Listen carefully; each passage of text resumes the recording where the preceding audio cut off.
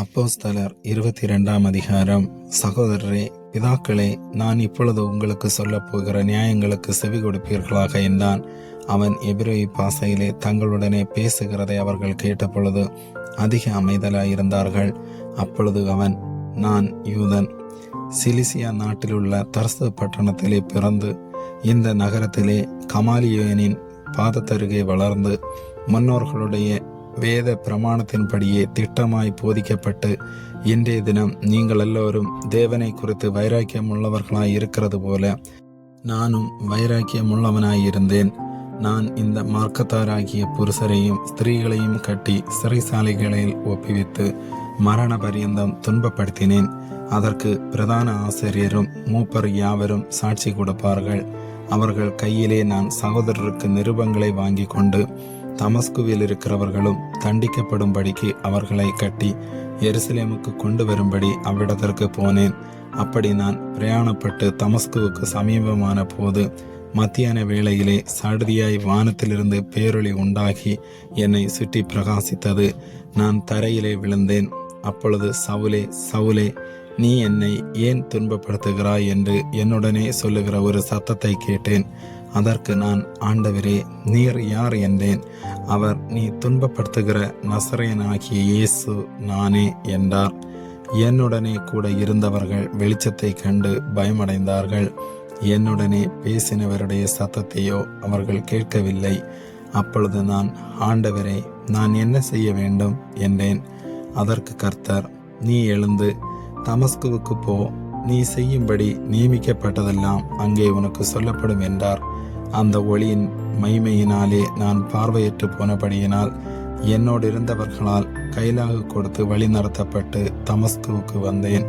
அப்பொழுது வேத பிரமாணத்தின்படியே பக்தி உள்ளவனும் அங்கே குடியிருக்கிற சகல யூதராலும் நல்லவன் என்று சாட்சி பெற்றவனுமாகிய அனனியா என்னும் ஒருவன் என்னிடத்தில் வந்து நின்று, சகோதரனாகிய சவுலே, பார்வையடைவாயாக என்றான். அந்நேரமே நான் பார்வையடைந்து அவனை ஏறிட்டு பார்த்தேன். அப்பொழுது அவன், நம்முடைய முன்னோர்களின் தேவனுடைய திருவுளத்தை நீ அறியவும் நீதிபரரை தரிசிக்கவும் அவருடைய திருவாய்மொழியை கேட்கவும் அவர் உன்னை முன்னமே தெரிந்து கொண்டார். நீ கண்டவைகளையும் கேட்டவைகளையும் குறித்து சகல மனுஷருக்கு முன்பாக அவருக்கு சாட்சியாயிருப்பாய்.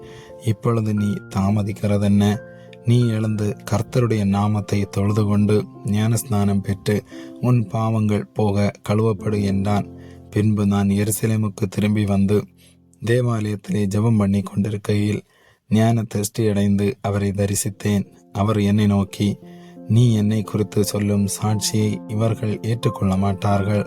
ஆதலால் நீ தாமதம் பண்ணாமல் சீக்கிரமாய் எருசலேமை விட்டு புறப்பட்டு போ என்றார்.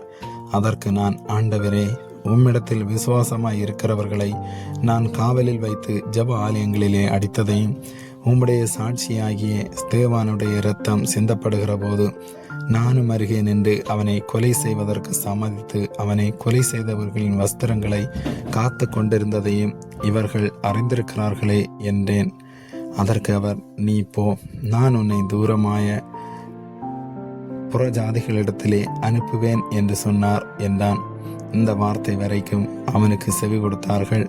பின்பு, இப்படிப்பட்டவனை பூமியிலிருந்து அகற்ற வேண்டும், இவன் உயிரோடு இருக்கிறது நியாயமல்லவென்று மிகுந்த சத்தமிட்டு சொன்னார்கள்.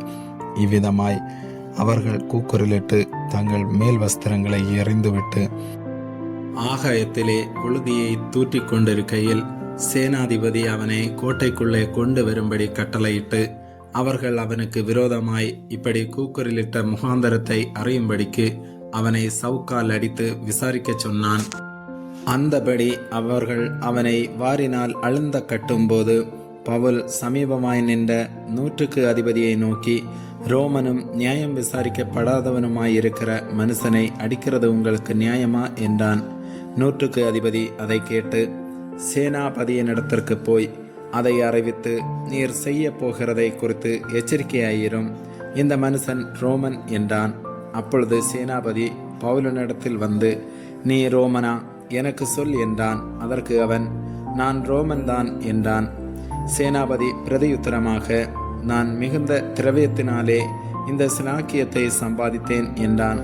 அதற்கு பவுல், நானோ இந்த சிலாக்கியத்திற்குரியவனாக பிறந்தேன் என்றான். அவனை அடித்து விசாரிக்கும்படி எத்தனமாய் இருந்தவர்கள் உடனே அவனை விட்டுவிட்டார்கள். சேனாபதி அவன் ரோமன் என்று அறிந்து அவனை கட்டுவித்ததற்காக பயந்தான். பவுலின் மேல் யூதராலே ஏற்படுத்தப்பட்ட குற்றம் இன்னதென்று நிச்சயமாய் அறிய விரும்பி அவன் மறுநாளிலே அவனை கட்டவிழ்த்து பிரதான ஆசாரியரையும் ஆலோசனை சங்கத்தார் அனைவரையும் கூடி வரும்படி கட்டளையிட்டு அவனை கூட்டிக் கொண்டு போய் அவர்களுக்கு முன்பாக நிறுத்தினான். ஆமேன்.